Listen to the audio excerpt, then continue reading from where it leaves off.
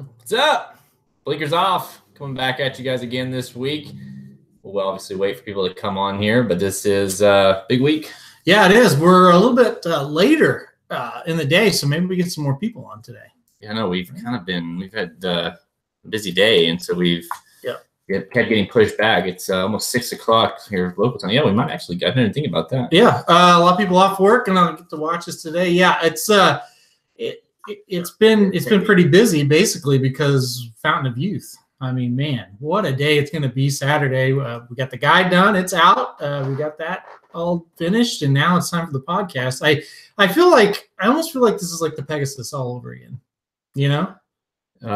It's kind of. It's not as good, but it's kind of more important. I mean, the Pegasus is important, but man, we're like this race here in particular, the Fountain of Youth. Mm-hmm. We just have so many questions.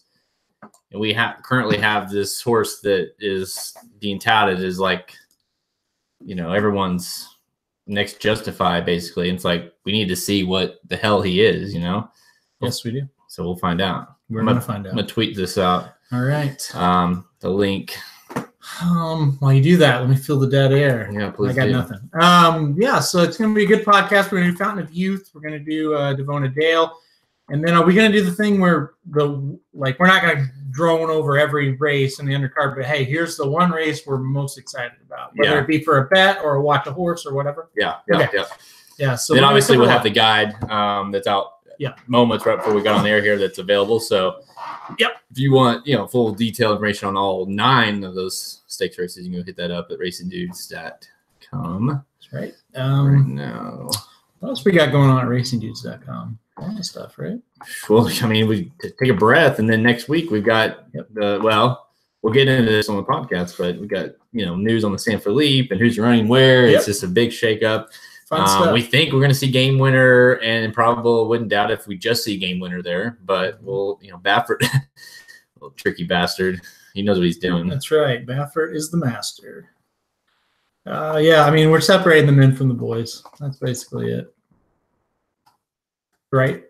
Well, like what you say today on our group, there's no telling. Baffert's playing chess and. But I'm saying just as far as Derby prospects in general. Oh yeah, we're gonna find out who's for real, who's not. Well, these next 4 weeks, are just. Yep.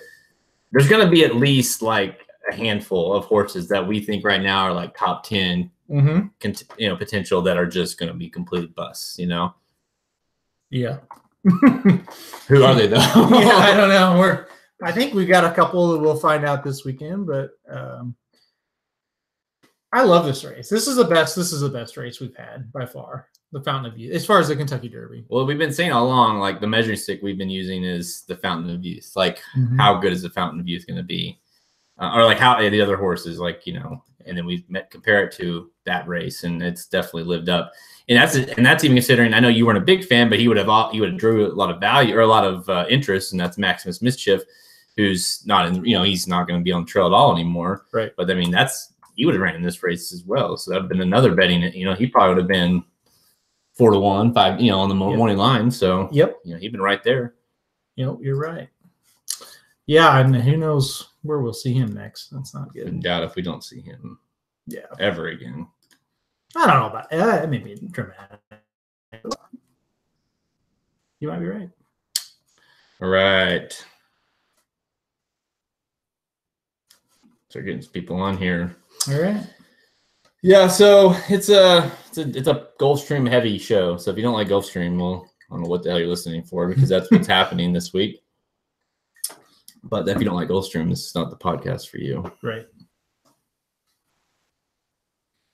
Okay. Let's get this rolling. Got it on Twitter, got it on Facebook. All right. So if you guys are new to this or have never been on, what we do is we record this weekly. It's an actual podcast. You can download on iTunes or all your podcast locations. And what we do is this is on Thursday afternoon, Thursday evening. and we'll post the actual version of the final version on Friday. So this is kind of the raw behind the scenes. We'll answer questions, that kind of stuff, and then listen to the podcast, the final version on Fridays on iTunes. Blinkers Off is the name of that podcast. All right, let's do this. All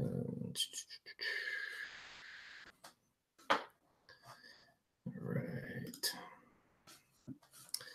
3, 2, 1. What is up? I'm Jared Welch. He's Aaron Halterman. This is Blinkers Off. What's up, man? What's up, man? This is a big week. Big week, no doubt about it.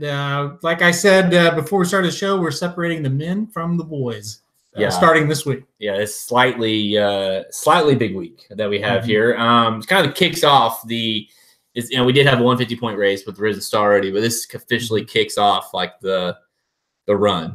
Next week we got 4 of them to talk about. Yeah, next week, boy, crazy. The week after you got the Rebel, which is always a big one. Yep. It just keeps going. You got the Louisiana Derby, Sunland, UAE Derby. I mean, all these races and Sunland this year is interesting because you've got a few that are pointing there that are very interesting candidates right now. Anyway. Yeah, I mean, another twist of fate, trying dirt for the first time at Sunland. I think that's going to be something everybody's going to look for and watch out for. But let's not get ahead of ourselves. We've got probably the most pivotal moment, definitely so far, and maybe the whole trail is going to happen Saturday at Fairgrounds with the Fountain of Youth. I mean, can Hidden Scroll back up that debut effort? And if he can, he all of a sudden is going to be number 1 on most people's lists, right? And if he can't, well, it opens the door for a lot of different possibilities. So that's what I was going to ask you. If he does what we think he can do or could do, do you next rankings come out obviously before the San Felipe would run? Would you put him number 1? If he runs how he did last time, yeah. I think so. So he would automatically go ahead because he's won a prep, in the year, so you got to get that, improbable and game winner. We're still waiting for, really. I almost put War of Will number 1 after he won the Risen Star, just because he said he won a prep. But I'm not that I wasn't impressed, because I was, but I don't think it was enough to overcome horses like Improbable and horses like Game Winner, who have been really impressive as 2-year-olds. And the Bob Baffert factor comes into play a little bit as well. But I think if Hidden Scroll can do the same thing he did, or very similar to what he did when he broke his maiden, that's probably going to be enough to put him number 1. Yeah. But it could be short-lived because those 2 horses are coming back soon. So and just a reminder, everyone listening to this on Friday, we are recording these live now on Thursday afternoon. So if you keep missing these, try to tune in if you want. If you're listening, I'd like to know about that horse. That's why you tune in on Thursday. You can ask us. We'll talk about it on the podcast. And I think someone commented how they thought it was funny that we left.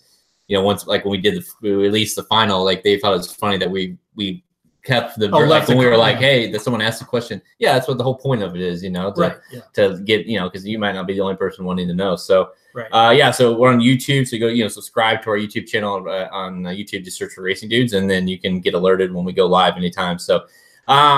To get you back to that point, let's just kind of move in, because you and I were talking about this earlier, and we both said, well, that's the best thing I saw today. Yep. And we're gonna talk about it in a sense that it's news, but it is the best thing we saw today. So news broke this afternoon that they are now rerouting Instagram to the Gotham. Yeah. So the plan that you kind of thought all along, you mentioned it last week when you were, you say, I'm skeptical. Yeah. Well, Baffert knows what he's doing. He's scared off. I don't think he's scared off Holdenover. He certainly did not scare off Holdenover. He's scared off the owner, who is completely just, I don't know. The owner, complete train wreck. Here's the problem. Anybody out there that may want to own a horse someday, you employ the trainer to make these kinds of decisions, okay? Especially a guy like Holdenover. I mean, this guy he's a Hall of Famer. If you're going to employ a Hall of Fame trainer who is one of the best that I've ever – I mean, since I've been following the game, he's one of the best out there. Let him call the shots. That's why you employ people. That's why you would go out and get a great trainer. He's not. Hollenover's not calling shots. There's no doubt about that. And so Baffert knew it. I think the plan worked perfect. Now Instagram is away.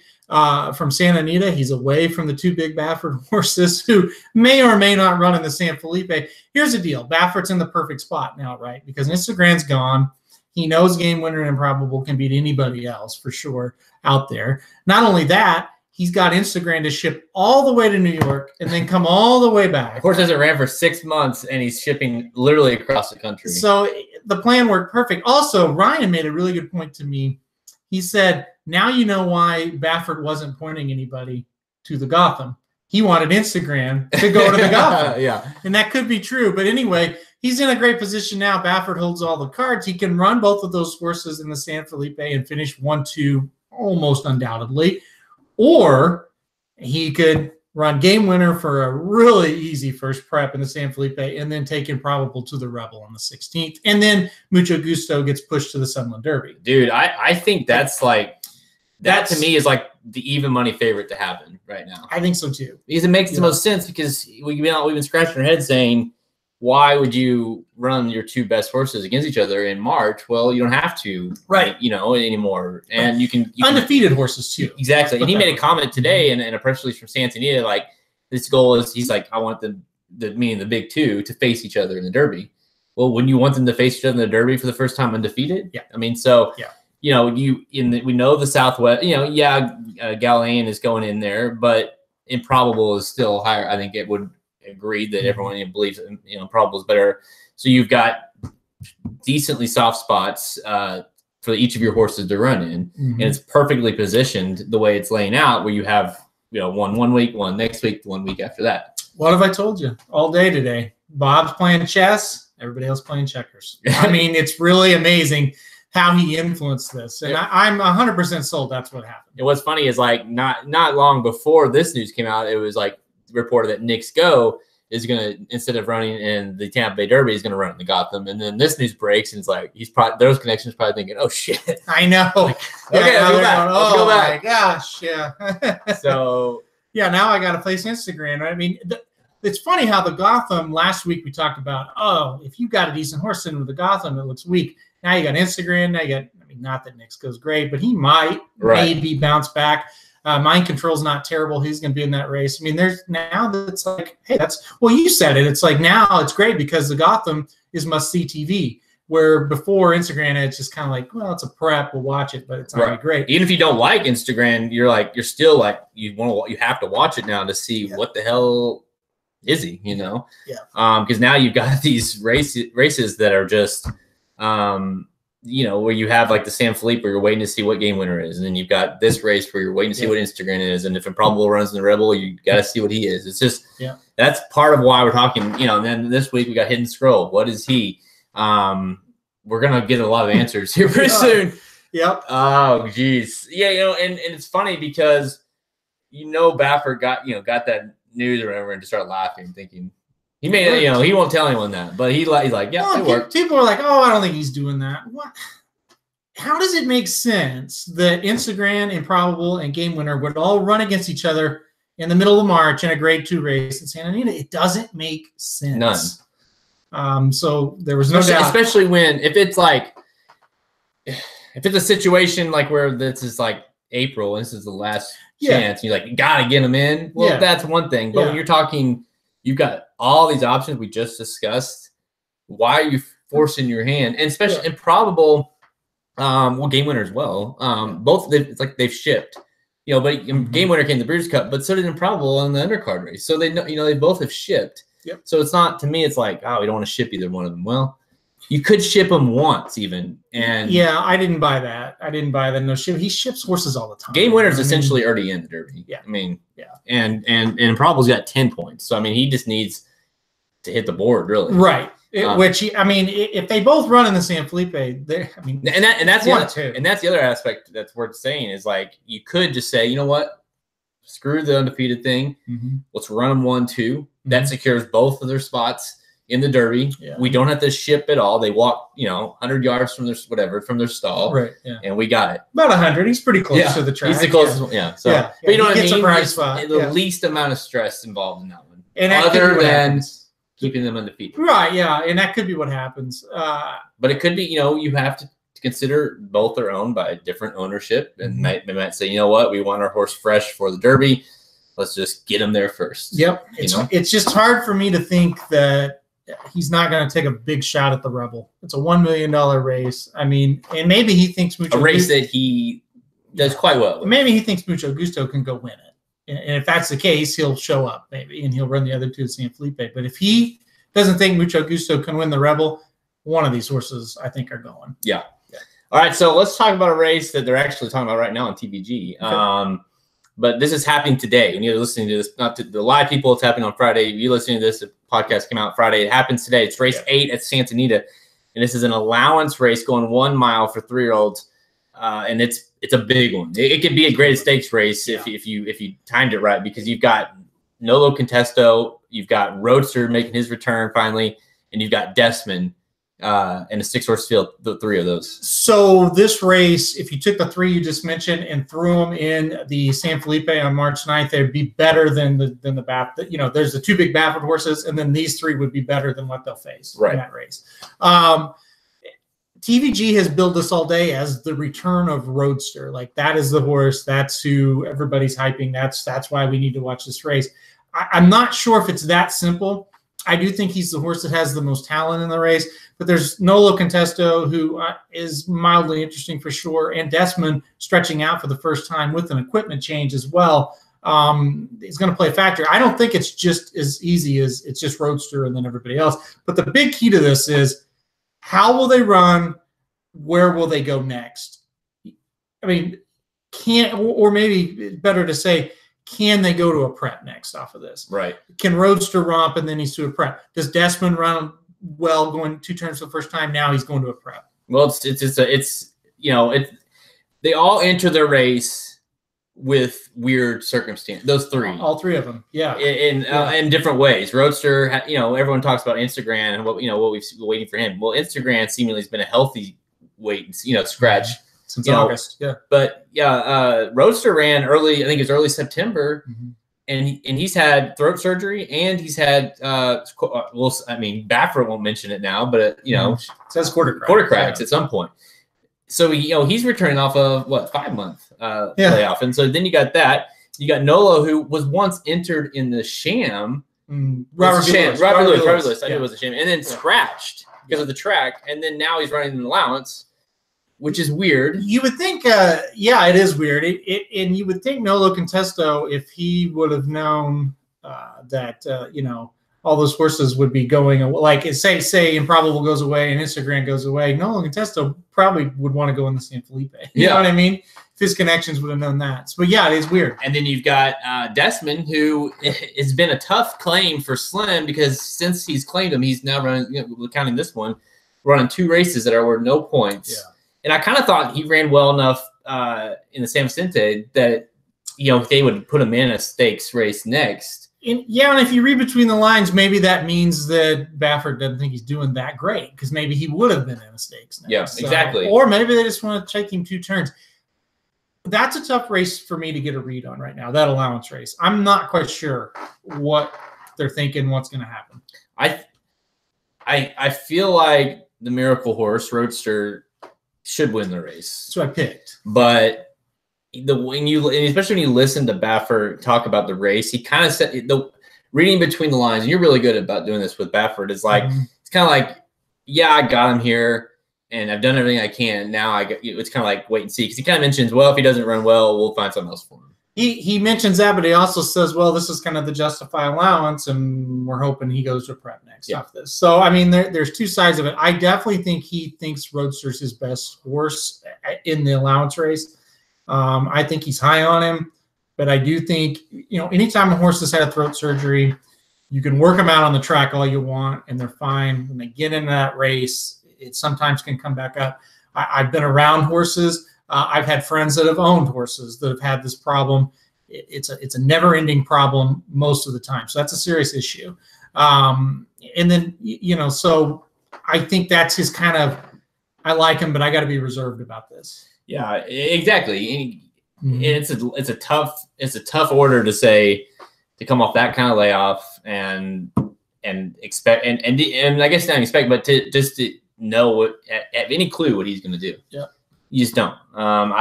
It's interesting that you look at this pace, the field, and the pace is like it's there. I mean, there's not anyone that seemingly can come off the pace. So it makes you start to think if these horses get out there and just blaze. I mean, is one of them going to be this? Is Roaster just going to put them all, behind them, or is it going to be something weird where they all go too fast and something crazy happens?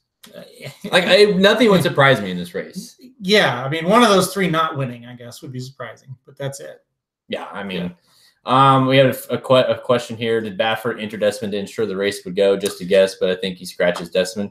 We've talked about that actually. Yeah, we've actually talked about that and talked to some people, including the morning line maker at Santa Anita, and that's not the belief. He doesn't think so. Yeah, John White, we talked to him. He doesn't think so. I see that point. That's what he originally thought. When the race first came out, I said that. Yeah, I said I think he entered Desmond just to fill that race, and he'll take another spot somewhere.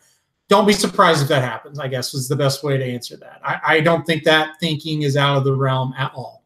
No. You also got to consider this as a like, I think with Roadster, it's a basically must win if we want to move on kind of race. Sure.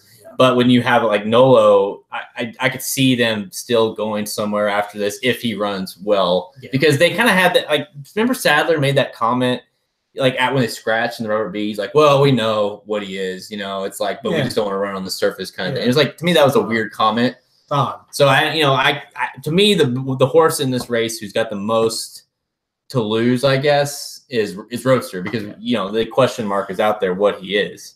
But he got the most to gain too, because he could romp and I was going to add something, but I think that's perfect. Where do you think he goes? Say Roadster does, maybe he doesn't romp, but say he wins. I mean, now we just talked about the kind of the scheduling. I was trying to plan out. You're talking. This is March 1st, I guess. March 1st. So you'd be looking at a Florida Derby, a Wood, Bluegrass. Florida Derby, Santa Anita, Bluegrass, Arkansas Derby. Maybe I don't think he'd go to New York. I think it's one of those. I mean, the scheduling is Sunland, maybe is weird. If he wheels him back, Sunland. I guess that could help make his plans with like Mucho and the rest of them. He might have a whole. You got to think you're not going to see him. I always thought Louisiana Derby's there, maybe. He has horses to Louisiana before. Ryan commented Sunland Derby. I always thought I've been telling Paul along. Maybe I feel like Sunland, because that's such a speed favoring track. Like horses that can't really get that distance tend to do really well at Sunland, especially like for Baffert sometimes. So it wouldn't surprise me if they get him put him out there on that speedway and he somehow finds a way. I still don't think I don't think he's like a mile. I definitely don't think he's a mile and a quarter horse, but I feel like he's a sprinter. But. We don't know. We don't know. I don't know what he is. He's ran one race good in his life. And it was his first race. And I feel like he's a horse. Let's wrap this. I'm sick of talking about this damn horse, but I feel like he's a horse. Baffert said way back when he hadn't even started the TMZ, this is my next big horse. I feel like if he never would have said that and we never would have heard that, we wouldn't give a shit about this horse. Yeah, and which he's even said, like, I just said the first horse I was, because that was a horse that like had some attention. He was literally getting off an airplane and they put a camera in his face. And ever since then, he's been like the next big horse for him. Yeah, and so it's just like that. TMZ horse is what he called him. So. Right. So it's like, I think he might be overhyped. I think there's no doubt about it. I think he's definitely overhyped. It's just a matter of. You hope he's overhyped. I've never wanted a horse to safely finish terribly in the race in my life, because it's a complete BS that this horse is miraculously running even at all. I think it would be great if he romped, just so we could have the mystique of, oh my gosh, he might actually do something. The horse that Jared dropped, and like everyone in the league would have dropped this horse because he was not Paul. Yeah, the bottom feeder Paul. Like Paul swooped him up. Hey, he's a bottom feeder no longer though. So. And I don't never forget. He did that. And you text me. And he's like, I cannot believe he did that. I'm shocked. I seriously think Paul did it just to be funny. Yeah. And now look what happened. Yeah. It literally like a week after he claimed him, he works that bullet from the gate. 6 furlongs and 110. You got to remember when I had him, like he wasn't working perfect. Draft him, goes completely MIA. Oh, he's AWOL. And then we have no idea where he's at. And then a report comes out, he's got quarter cracks, and he's kind of like up in the air. I'm like, well, and then Country House happened. I was like, I got to drop someone. Yeah. And Gunnett was still, we didn't know yet. He still is like, that would have been a perfect drop, right? Yeah. So I dropped, I'm like, oh, you Roadster, he's done. Yeah, so good call. Yeah, as people listening to this right now, I'm like Roadster's winning by like a pole. So yep. All right, let's get to it. Today's show, we preview Saturday's Grade 2 Fountain of Youth Stakes at Gulfstream Park, a pivotal 50-point Kentucky Derby prep race. Then give rapid fire selections for some of the remaining 8 graded stakes races worth $1.65 million in purses on a blockbuster 14 race program at Gulfstream Park on Saturday. Let's go. All right. One segment down. No, you Roadster, he's done. Yes.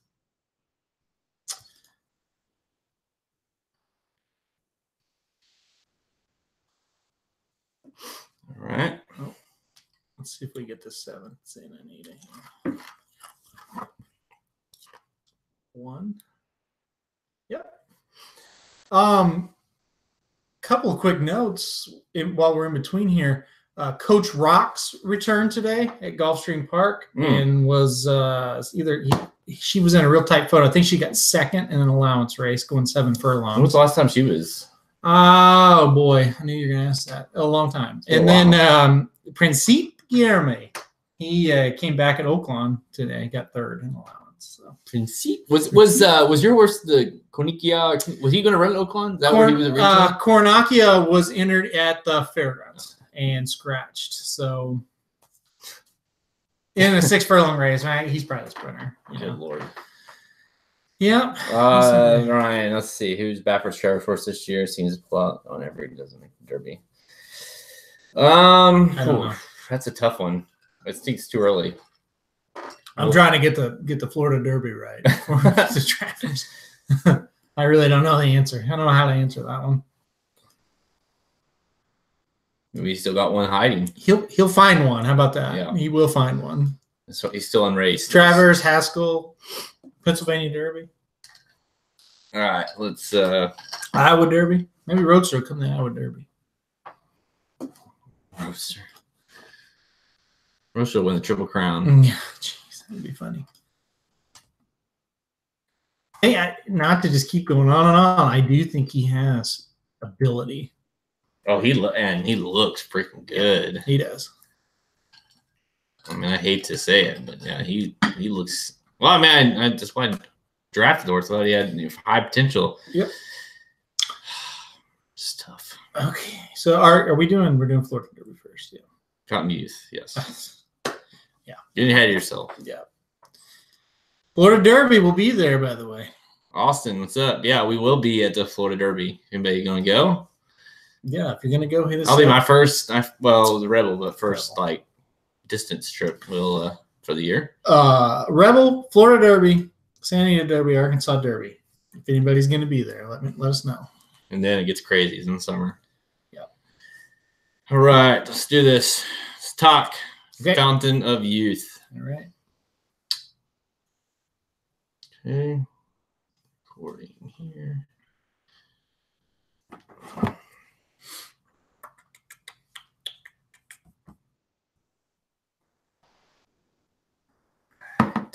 Three, 2, 1. All right, the main event this week, and really all the eyes will be on this race at Gulfstream Park of a massive 9 stakes race card. The main event, race 13, the Express Bet Fountain of Youth Stakes, Grade 2, worth $400K for 3-year-olds, going a mile 16th, and it's a good one. Field of 11 lined in here, and you got to obviously start with number 7, Hidden Scroll, who's coming in as just off a maiden win. 9-5 morning line favorite. You've also got, it's such an interesting field. You got Vacoma, who's making his first start as a 3-year-old at 7-2. You've got 92 on Sigelman also making his first start, which it's kind of, it's such a weird, and it's Code of Honor as well, who did make his first start as 3-year-old Mutual Macho Man. Definitely did not run well. Looks to rebound off that, but you've got 3 really good 2-year-olds in the race, and one could be absolute superstar, but did it on a sloppy track going 1 turn. So it's like you have all these complete question marks in the air for this race. It's unbelievable. The top 4 choices in this race all have huge questions. And not to mention Global Campaign, who's at 10-1 morning line, the 8 horse, who is kind of the horse that is, I wouldn't say he's not under the radar, but he's the up-and-comer of the 3-year-olds who was unraced as a 2-year-old. So you got all these crazy storylines. Yeah, and also the half-brother of Bull Duro is right. Global Campaign. So, yeah, it's really amazing.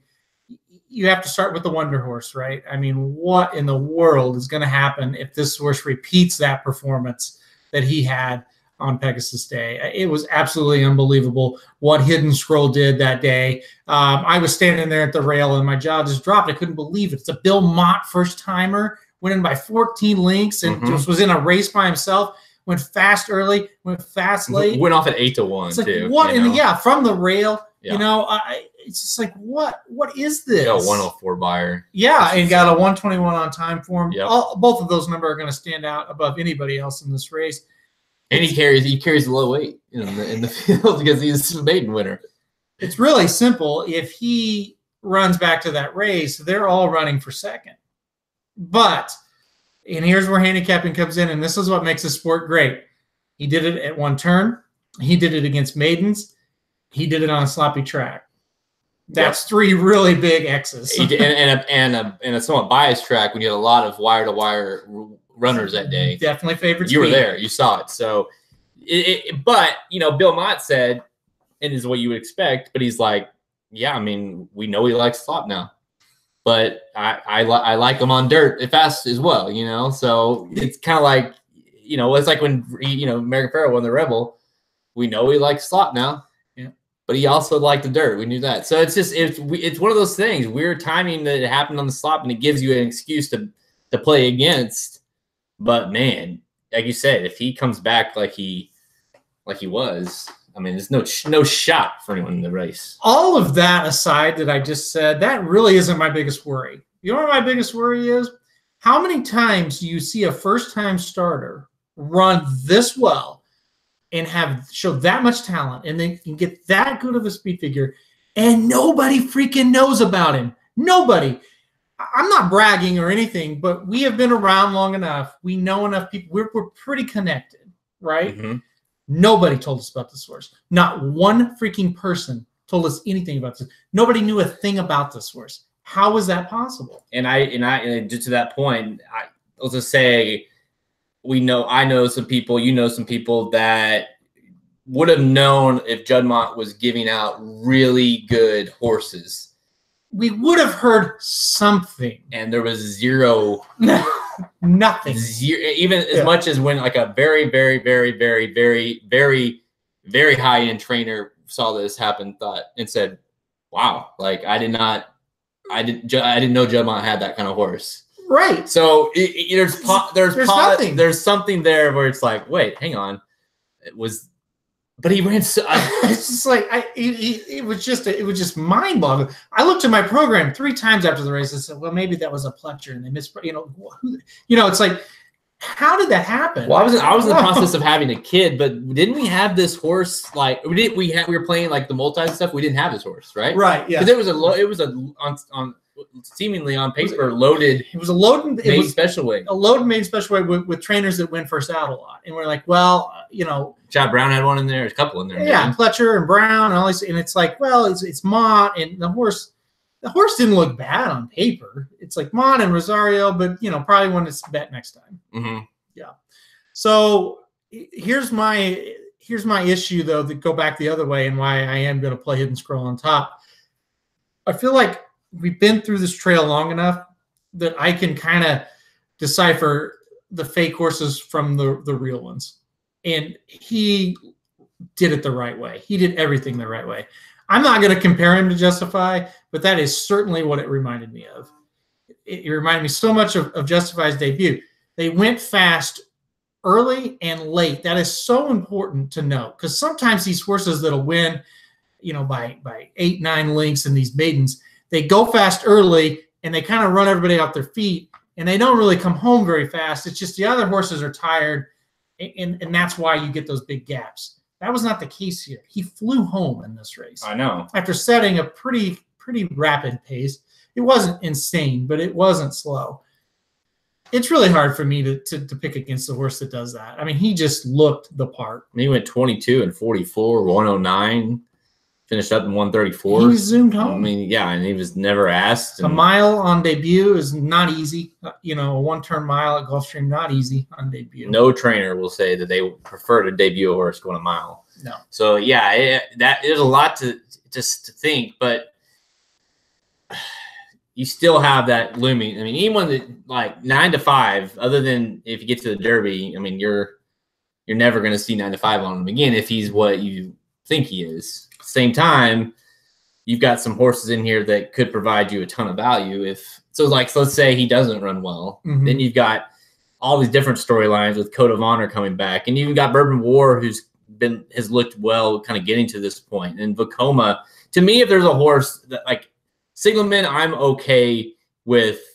I'm like tossing out of the win because as far as a win, yes. Because I don't buy it yet. And McPeak finds multiple ways when he's got good horses to just, let's just say, not run. Like I'll bet a McPeak if he's 20. Like I've done it before, and it worked. It's 20 to 1. Yeah, Carol Prince, you know, like that worked. But Vekoma to me is the horse that when you look at time form, he's the one that came closest. I know Code of Honor did it once, but Vekoma both starts ran 116 time form numbers. Like to me, if Vekoma can come back from that, what was like 4-month layoff. If he's back to where he was prior, he offers to me the most competition to Hidden Scroll, assuming Hidden Scroll doesn't Hidden Scroll, you know? So here's why I like Vekoma over Sigelman, because they're kind of similar, right? They both we haven't seen them in a while. The last time we saw them, they won big 2-year-old races. So very similar. I really think these two, put them in a bag, shake them up. They're kind of the same, right? Right. Here's why I prefer Vekoma a little bit more. The horses he has he's beaten are pretty good. Mijos, who I do think will come back. Mijos was terrible last time. He's better than that. But he won a stakes. Epic Dreamer came back to run really well. He did suck in the Remington Park Springboard Mile, but he was a little better last time on the Holy Bull. So, that's a good horse. Network Effect got hurt, unfortunately. But was very good. But Call Paul has come back to look really, really good, and he beat him. And he beat him going a flat mile, going 1-turn mile. I think that was a really good win, and he beat him by like 3, 4, 5 lengths. I mean, it wasn't that close. So I really like that back form for Vekoma. Sigelman, I think this horse is pretty good. I think he's coming along. I think he's going to be a typical McPeak. I think he's going to play a factor underneath in some of these races. He may get up in a big-time race and hit the board at a nice price, talking Kentucky Derby, Preakness, something like that. Yeah. But you look at, okay. It is worth noting, too, that his best performance was on that sloppy surface as well. Absolutely. But his last 3 races, okay, he finished second to Knicks Go, beaten 5.5. Okay. He finished 3rd in the Breeders' Cup Juvenile. Don't get me wrong. That's a really, really nice race. Really good for your resume. He got beat by Knicks Go. All the horses that behind him have been terrible. Yeah. And then this is the big one, the Kentucky Jockey Club. All the horses he beat that day have ran like shit. Look at Pluku Parfait, which Magic Mike team will tell you he's been terrible. He's been bad. Limonite, they claimed him. He's been terrible. Yeah, and these are horses that he barely got by. Knicks Go was in that race, Yeah. So that's my problem with him. There's Hidden Scroll right there. And they're just showing his maiden win there. But yeah, that's my problem with him. That is going to be a big issue. To me, my multis and stuff, I'm not playing Sigelman. Like, he can beat me. That's fine. I think Global Campaign at 10, if he's 10 to 1, that's worth playing. He has a ton to prove in this race, I think, because I still don't, he beat Standard Deviation last time, which was fine. But I still Standard Deviation will probably win the Bluegrass since I traded them for Maximum Mischief. But he's 1-2 at Gulfstream Park. That's great, because he's running here again. He's got a lot. I think his potential is very high. I think his bust percentage is high as well. Both I agree with. The one thing I really like about him is he won the race last time out without really being asked to run much. But the bad thing is, hopefully you don't have to run much when you're facing Standard Deviation, right? So he has a lot to prove. I'm with you, though. If he's 10 to 1, he's probably yeah, you could do worse. Bourbon War, the other one at 10-1, you could do worse there too. He's another one. You know, it'll be interesting to see how I'm interested to see how he's bet. I don't think he'll be bet just real strong. Look how Bad Cutting Humor came back to look. I know, an award winner has not been good, and you know, it's like, who is he really? I mean, he hasn't. He got beat by Tax and Network Effect and Max Mischief that day, which looks good, but I mean, he beat Moretti. You know, it's like I don't love him. Moretti's, you know, his numbers aren't close to what you would need to. He'd have to continue to improve. Again, though, if he's 10-1, if you want to play a price to win, maybe. Here's my horse, and it's so funny how horse racing works, especially on this Kentucky Derby trail. My horse that I think is going to run a massive race, and I couldn't have been more against him last time, and I couldn't be more thinking he could run a nice race at a nice price. Code of Honor. I think Shug McGahee, and I saw an interview with Shug, and he kind of admitted, he said, I just didn't do enough with him to get him ready. And we kind of thought that, right? Because, you know, he's off an illness. The distance didn't really suit him. I didn't think for that race. Yeah. He ran like shit in the Mucho Macho Man. They say this horse has been working out fantastic.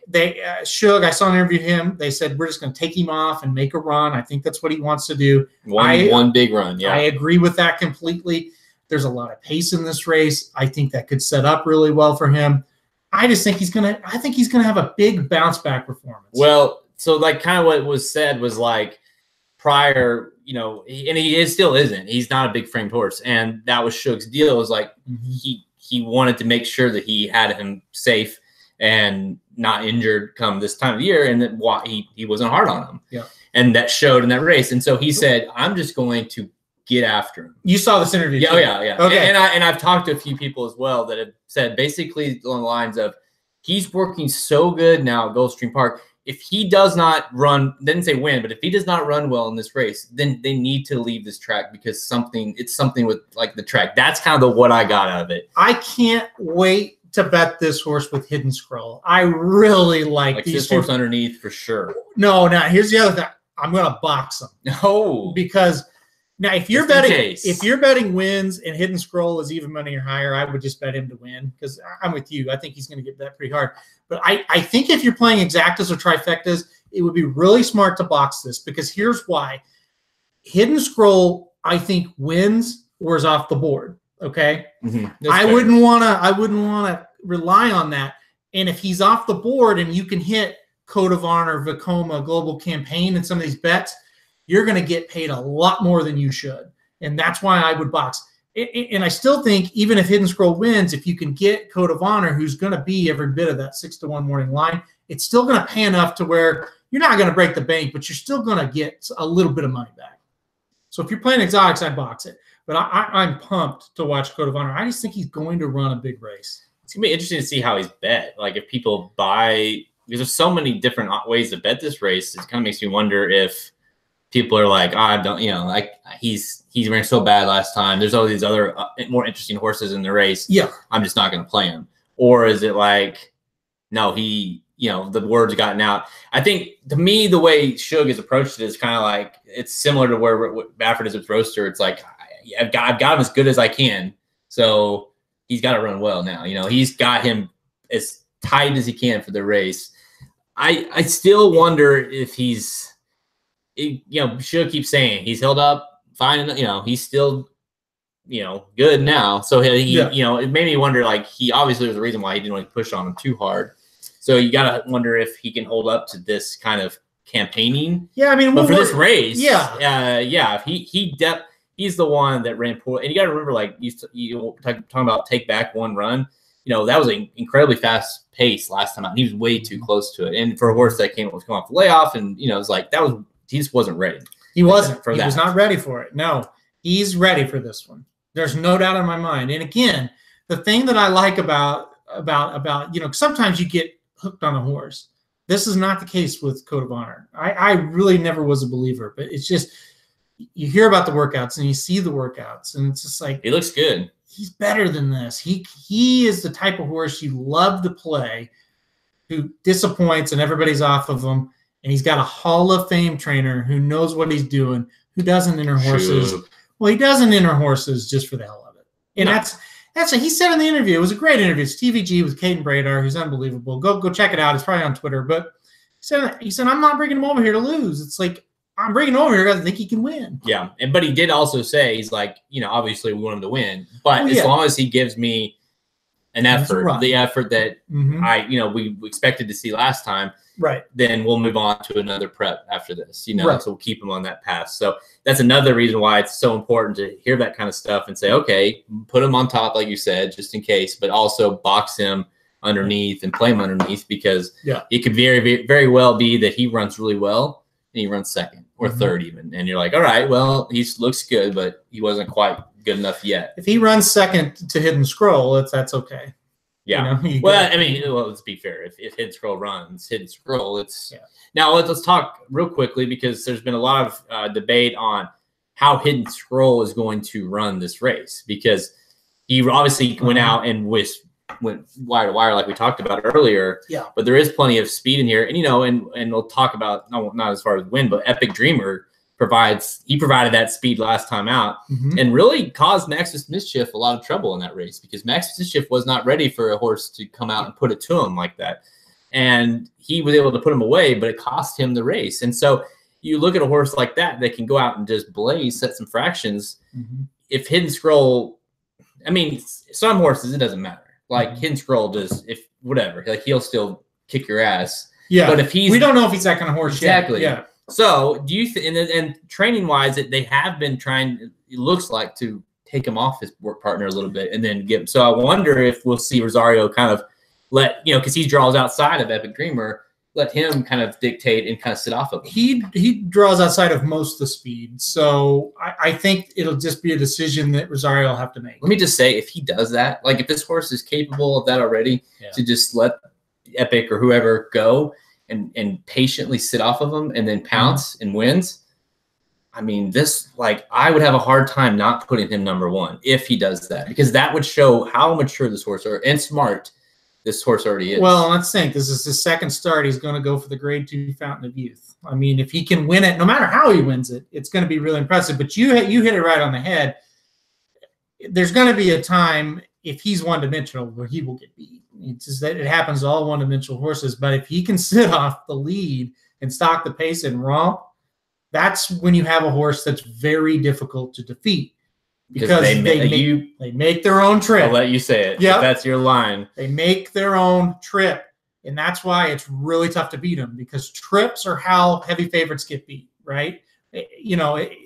Trips are how legitimate heavy favorites get beat. So if he is legitimate, and I think he is, and he can do that, it's gonna be real tough. I agree, though. This is if you don't betting this race, you are against Hidden Scroll. I don't care.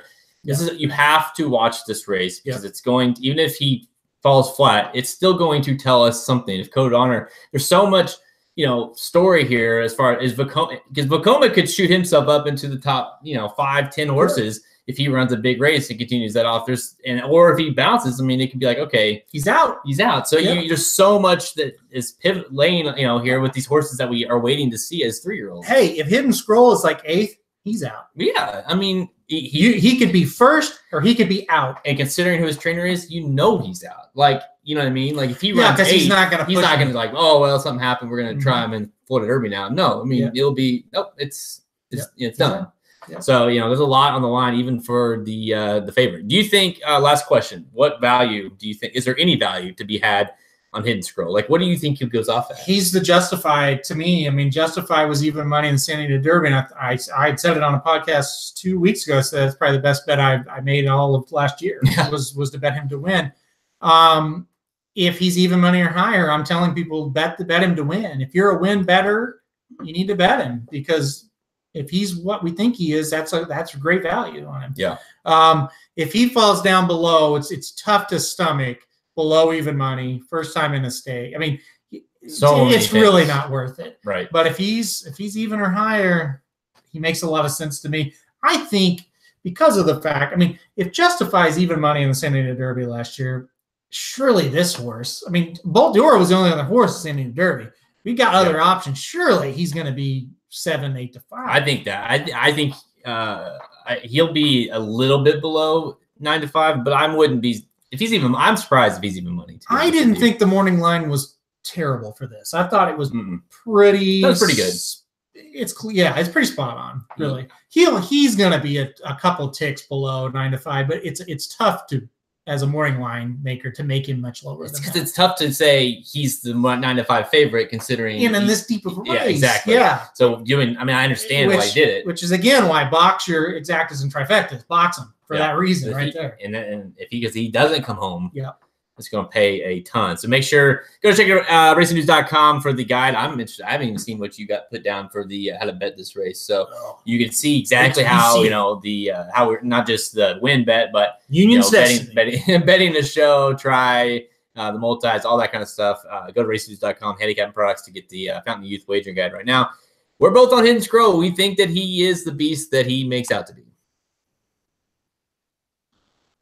I hope. My whole reputation's on it. No, but seriously, I love this kind of race because I do think he's good. But at the same time, I don't think like figuring out the horses that come in with him, I don't think it was that difficult. And so if he misses the board, you could get a really good payout. And it's not. I don't think it's going to be real hard to get to those horses. Like I don't see a Holy Bull repeat where it's Harvey Wallbanger and Everfast. I don't see those kind of prices coming in. I think it's going to be Hidden Scroll with some 4, 5, 6 to 1 shots, or he's off and you got 4, 5, 6 to 1 in those spots. It's too good, man. These horses have to do something. They don't have to, but they should. They should. I mean, hearing you talk about Code of Honor makes me think I should go trade Patrick right now. It's one of those deals with Code of Honor. I just kind of feel like it's an opportunity, more than anything else. It's like, if he is that good, his odds are going to be way inflated for this race. So we'll see. Do you have a question? Hidden Scroll is going to be awesome like Malagasy. Here's a horse like this every year. Okay. Yeah, that's not even, I mean, I understand. And again, if you weren't listening earlier, I kind of pointed out, sometimes you win big in maidens because you run other horses off their feet. And so by the time you turn for home, you're so fast, they're chasing you and they fade. That is not really how Hidden Scroll won the race. I mean, and another thing with Malagasy, that horse was really bred to be a sprinter. That is not the case with Hidden Scroll. So no, I don't think that's a fair comparison at all. I think he's I do agree that there is a hyped horse every year. Oh, absolutely. In that and sometimes it doesn't work. But from what I've seen, you kind of have to pick out the differences a little bit, and Justify was one. This horse, I'm not going to compare him to Justify, but he has that look a little bit when he runs, at least that his run where it was like, yeah, damn, that horse is a little different. But again, he might be a little different on the slot. That's why they run him. That's the thing. Like the comparison to Malagasy, I guess where I got hung up. Is there a chance he's gonna flop? Yeah, and that's why I was saying box your bets. Try to play other horses with him. Don't put him in a situation to where if with your exotic wagers, if he loses, you lose. Because there is, and for the reason it's the slop and 2 turns, everything like that. Until you see him do it, it is a question mark. But at the same time, I don't think he's a fake horse. He could just bounce off a 104 buyer, and it's just like he left it on the track and he can't respond. Mod has even made comments of that, being like, that's always a concern, and don't even think for a second that he's not trying to do his best to keep this horse from bouncing. The other thing about Malagasy got hurt. Like he won a stakes after he won the Rebel after he won that. He won his maiden. So I just don't like the comparison there. I'm trying to think of another hyped horse this early that just was a total fail. I mean, I don't know. I mean, because it's very rare that you have one that just pops like that. Out of nowhere. You had like Bolt, who got better and better, and then he was a hyped horse that didn't live up to it. But we knew about him for a long time. It's very rare that you have a horse, kind of like we mentioned, where it's like, no one knew about this horse, and it just happened. And that's an odd thing as well. For sure. Yeah. And again, I'm not sitting here saying you have to bet him. Some people commented on Twitter, I'm going to go against him because this, and this. All reasonable. Yeah. If you want to play against him, it is not unreasonable at all. And you could argue just as much as it's a great opportunity to bet him, that it's a great opportunity to bet against him. Now, I will say, if he stalks the pace and wins by 8, it's very unreasonable for you to play against him again, unless you just want to try to take a shot. I don't want to hear any more excuses. Like what? Right. But if you're going to play against him, this is the race to do it. Mm-hmm. All right, so now we're going to do rapid fire. What we're going to do is, we'll talk about it in a second on the show, but what we're going to do is talk. We're going to talk about the Devona Dale, because that's a Kentucky Oaks prep. That's 50, right? 50, 20, 10, 5? What's that? Yes. Yeah, Devona Dale, yes. And then we're going to talk, and then we're each going to give out a race that we like, that we're excited about on the undercard, whether it be for betting purposes, could be just excited to see a horse, you name it, just something that we're excited about. And of course, there's 9 stakes races on the undercard, or on the card itself, graded stakes races. If you want our in-depth information on that, obviously we have articles on the website, or you can download the guide as well. Let's do it.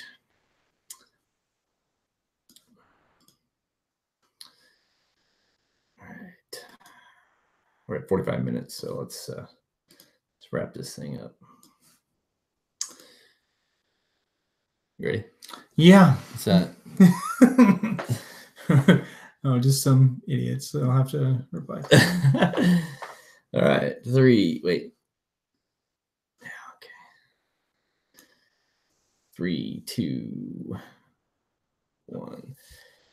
Time for rapid fire, presented by Naira Bets. This Saturday, play the late pick 4 at Gulfstream with Naira Bets for your chance to hit split 1 million points, featuring the Fountain of Youth. This star-studded sequence is leading up to a promising payday. Not playing with Naira Bets yet? Sign up today with promo code DUDES and enter a $200 new member bonus. With Naira Bets, you can bet any track, anywhere, anytime. Visit NairaBets.com today for your $200 bonus. Remember, that's promo code DUDES.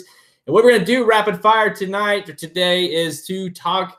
We're going to talk about the Devona Dale, because that is a Kentucky Oaks prep race, and it features your Breeders' Cup winner, your 2-year-old filly of the year. Jaywalk makes her return, and then we're going to each give out one race on the undercard stakes races that we're excited about. So that sounds like there's too many. We're not going to rapid fire all of them. Yeah. If you want to go to the website racingnews.com, you can check out all our analysis, whether it be for our articles or download the wagering guide on the handicapping products page. If you want full in-depth analysis for every race. So let's talk about that Devona Dale. It's race 12 on the program, and it's worth $200K. Fillies, 3-year-olds going 1 mile. It's a Kentucky Oaks prep race, 50, 20, 10, 5, just like the Fountain of Youth for the Derby. And you got 2 to 5 on Jaywalk. I mean, it's not, High Regard is 9 to 2. Other than that, there's not anything close. So Jaywalk in this field of 7, she should do that. She should walk. She should absolutely roll. Yeah, it shouldn't be a contest. Obviously, if that's the top pick, obviously it's going to take something crazy for her to lose this race. I would, in your multi-races, play the 5 Champagne Anyone. Last time out was a really close third in the Forward Gal. I think the horse is not great, but I think she's decent. And I think, by some chance, if Jaywalk was to lose, maybe it's this horse that's going to do it. But this should just be a cakewalk for her. I mean, she hasn't ran since the Breeders' Cup, so I guess if you're looking for a reason to play against, she just hasn't been very active, and Service has been. He said, they've been very quiet with her in the time off. He wanted to give her time to grow and to kind of become a better racehorse, and he says everything worked exactly like he wanted. So it could be a big day for Rosario. Yes, it could be. Which, by the way, which is a funny story that I heard from John White, which I think Rosario was like the 5th choice for Hidden Scroll, which is just if that horse turns into be what we think he is. What a story that is for Rosario. All four of the jockeys that turned him down saying, suck it. Unbelievable. Another factor, right? It's like, how did this happen? Exactly. When you got 4 other jockeys that are saying no, yep, and Rosario takes it, it's like, what? How did this horse come from nowhere? But, Jaywalk is one of those, go into the Breeders' Cup, and all eyes were on Bellafina. You know, and this was a horse that came in. She paid $550 in the Breeders' Cup and had never lost since her debut, and she was beating the hell out of fields and just never taken seriously. Right. And then she goes in and runs the best race of her career in the Breeders' Cup, and people are like, oh, this horse is pretty good. Yep. Wins the Eclipse Award, wins the Breeders' Cup. You know, it's just what kind of a cool story for service. Yeah, I guess. Yeah. I mean, maybe all along he knew this. If you root for him. Yeah, I mean, it's a cool story because this horse is just a beast. And we need her back because the Bellafina is kind of as good as she is. It's like we still aren't quite convinced that a mile 16 is at the Oaks is going to be her thing. Yeah. And if you go past that, there's a lot of. The other thing is this is a really perfect race for her to start back in. I mean, it's an easy race. It's one turn. Then she gets a 2-turn race, and then it's Kentucky Oaks. I mean, I think the plan is probably going to work out well as long as she shows up, and there's really no reason why she shouldn't. Yeah, I like that this has been, even though it's been late in the season, I like that it's been the plan. You know what I mean? Like, if it was like, oh, we're going to run her quicker, and then something happened, it's like, because then you go back to like how this horse is in the Fountain of Youth. It's like, why? I know Vekoma needed time to grow up, but it's like, was there something like why? I'm sure that 4 months wasn't the ideal situation for the horse. Similar to Code of Honor, who had, they needed to mature a little bit.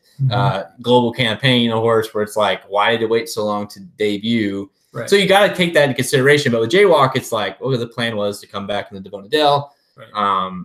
And everything seems to be on point. We'll see. I mean, I guess if you never know how these 2-year-olds transition to 3, and we'll find that out in a big way on Saturday. Yes, we will. But Jaywalk, if she does what she does what she should and what we think, she obviously becomes the favorite to win the Oaks. I mean, just like she continue her role. So she's one of those. She's going to set some fractions. We know that. Yes, she is. All right, so I'll go to you next. We're each going to give out one race that we're excited about on the undercard of the Fountain of Youth. So give us what race and why. So I went the route of, hey, here's a horse I want to bet that has value. I went that route. Like, this maybe is not the most excited race for me on the undercard to watch. It's just, I think we're going to have some value here. I went all the way to the last race 14, and I'm looking at the number 4 horse, Hunter O'Reilly. So here's the deal with this horse. I think he has a lot of talent. I think he is a very sharp closer in a race where I think the closers are only going to be like 4 or 5 lengths off the lead, because this looks like a really slow pace, which will make it a total sprint for home. Mike Somich really liked Hunter O'Reilly last time out when he ran on Pegasus World Cup Day. And the problem with him last time out was he was off a very long layoff with a trainer who's not good off layoffs. Now you got that race under his belt. And by the way, he was 4th, only beaten 4 that day to Zulu Alpha, who's in this race and is the second choice. So I think you can turn the tables on that horse. Yes, Channel Maker's in this race, but Channel Maker at like 8-5, I don't like. I picked them last time at 10-1 because I thought that's good value. But 8-5, I'll take a little shot again. So I'm excited for Hunter O'Reilly, 10-1 on the morning line. I think if we can get that this time, he is the play. Yeah, especially considering as a horse that we've liked, and it's like you hate to like go out like, oh, okay, that I'm burned by him last time. He goes out and wins. So yeah, Channel Maker last time was whenever he's one of those, man, that we say it all the time. I mean, he makes you look really good sometimes and makes you look really bad other times. Like and you know exactly because you picked him. And but I mean, he was horrible. That was but you look at his last 3 races and he ran on Yielding, Good, and Soft. He can't. You never know, I guess, but you got to consider it. Same thing with your horse. With you mentioned. I mean, again, he was a horse that came off the layoff running on Yielding. Things have to get better this time, you would think. I think he's gonna. I think at worst he hits the board. All right, I'm gonna go with the race prior to the Devona Dell, race 11, the Honey Fox. It's a grade 3. They're going a mile on the turf. And I'm going to start with the one horse, a horse that if you guys have listened to the show for a long time, you heard me tout this horse back in, I guess that was, August, early August. Precious got beat by Uni that day in an awesome race. I mean, that race, I still remember how good that stretch run was. Yeah, it was great. Both of them came, down the wire. Both had those late closing. Uni just closed better. I mean, Uni was a beast. But this is that day was making her first start for in the Chad Brown barn off of, coming overseas, and just disappeared. I thought, man, that horse could have a future for sure. Yeah. And then she's gone. And so it's exciting to see her back in this kind of race. Obviously, she's doing well enough to, that was just a listed stakes race that day, here in a grade 3 at Gulfstream Park. So Chad Brown, don't ever doubt how he can get a horse to come back off a layoff, no matter what happened. But I remember the reason why I liked this horse had won overseas, and then ran in the Coronation Stakes grade 1 against Winter and Roly Poly that day. And, did finish 7th, but, beaten 6 1/4. I mean, this is a very respectable effort. I thought, Ascot, it's always tough. My goodness. Yeah. And so she comes in and runs really good. You get the services of Castellano back. I think she's 7-2 on the morning line. 7-2 on the morning line. But I think, if she's 7-2, I'm playing it. 7-2. I think Bella Vey for Todd Pletcher is the favorite at 3-1. I think and that's my other girl. Yeah, Bella Vey's 3-1, and I think that's going to be a really, really fun race to watch. I mean, you got a lot of really nice horses in there. I'm with you though. That's who I picked on top. You did? Okay, good. So Bella Vey, and I had Bella Vey second. Bella Vey, Castellano's ridden 3 straight times for Pletcher, and he's back with some of that comes in with just being Chad Brown, but also he's jumping off the Pletcher horse that just came off a grade 3 win. It looks really good doing it. So you got to take that into account as well. I love both these horses. I think both of them are on the improve, but I'm excited to see what Price Use. Imagine what I think she can be. Start off the year strong here. I think she could have a big year. It could be one of his. Chad Brown is one of his 8 fillies and mares on the turf. Yeah, exactly. This horse could be in name a Breeders' Cup turf race. This is where this horse could run. Yeah, exactly. But race 11 is that race, and remember, guys, go to racejuice.com. Handicapping products. The wagering guide, 11-page wagering guide is out now. It covers all 9 of the graded stakes races on the undercard, on the card itself. You worked on it. It's a beast. I just had a guy email me and was like, "Where's race 9 and 10?" It's like, that's not a stakes race. That's why it's not in-depth coverage of it. So, I got to email him back and explain. Oh, boy. Think you'll like that? If he was looking, what is 9 and 10, a maiden special weight? Yeah. So 9 and 10, both maiden special weights. Yeah. If someone wants to do some extended coverage on those races for him, email us and we'll shoot it over to him. Yeah, you're not getting paid for it, though. Yeah. All right. Good luck on the undercard. So, should I say? I shouldn't say this on the air. You can wait till we get on. Okay. We get some wild emails. Is basically. Boy, yeah, you guys would be in shock, the emails we get. Yeah, I'm gonna email this guy back. All right. That's it. We're gonna wrap this thing up. But if you guys have some questions while we're wrapping things up, and we'll stay on and talk. All right. 3, 2, 1. That's all the time we have. Check us out at racingnews.com for our free picks and our premium selections on our handicapping products page. Click the handicap products link on the main menu at racingnews.com to learn more. Our new inside track to the Fountain of Youth wagering guide covering all 9, like we said earlier, 9 graded stakes races on Saturday is now available. A sample of the guide is available on the handicapping products page to see what you're going to get.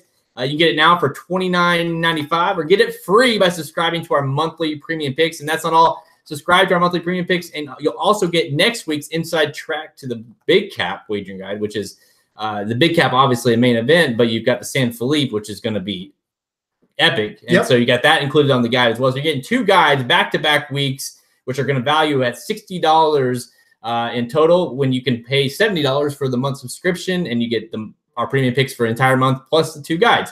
All right, we're currently covering 19 tracks, all offering free picks. We're on Twitter at @racer_dudes, Instagram, Google+, and Facebook. Listen to us on SoundCloud, iTunes, Google Play Music, Stitcher, even our website at racingdudes.com. I heard this earlier this afternoon from the Magic Mike show. They will be doing I think it's the early pick 4 or 5 at Gulfstream Park. That is going to be a hell of a... So they're covering the front end. We got the back end. Yeah, and that's going to be a really good pick 5, actually. So I'm glad they're doing that. I didn't know that. When did they... No, that was direct to me, so don't worry about it. Magic knows what's up. I'll just say Magic knows what's up, like who to contact for the important stuff. So I'm going to remember that, Magic. Yeah, well, if he told you, would I have ever heard about it? No. Exactly. No. Exactly. So the Magic Mike show, their show, I think he said. What I've learned about the Magic or about Magic is like if it's like business related, it's you. If it's bullshit, Jaguar Paws is back in training, or Three Rules is back in training, or did you watch us race at Turf Paradise? It's me, because he knows the answer to all those from what came from me. Like, and I don't care. I wouldn't have it any other way. So let's keep our relationship how it is. Man. That's why you and I work so well together. Yep. All right, I'm Jared Welch. He's Aaron Alterman. Good luck this weekend. Good luck in the Fountain of Youth. We're gonna get a lot of answers this week.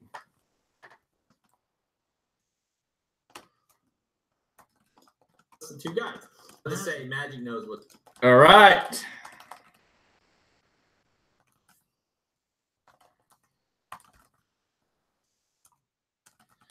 Oh my gosh. Is anybody on, or are we? Got a couple of people watching. So if anybody has any questions, if not, we're gonna get off here.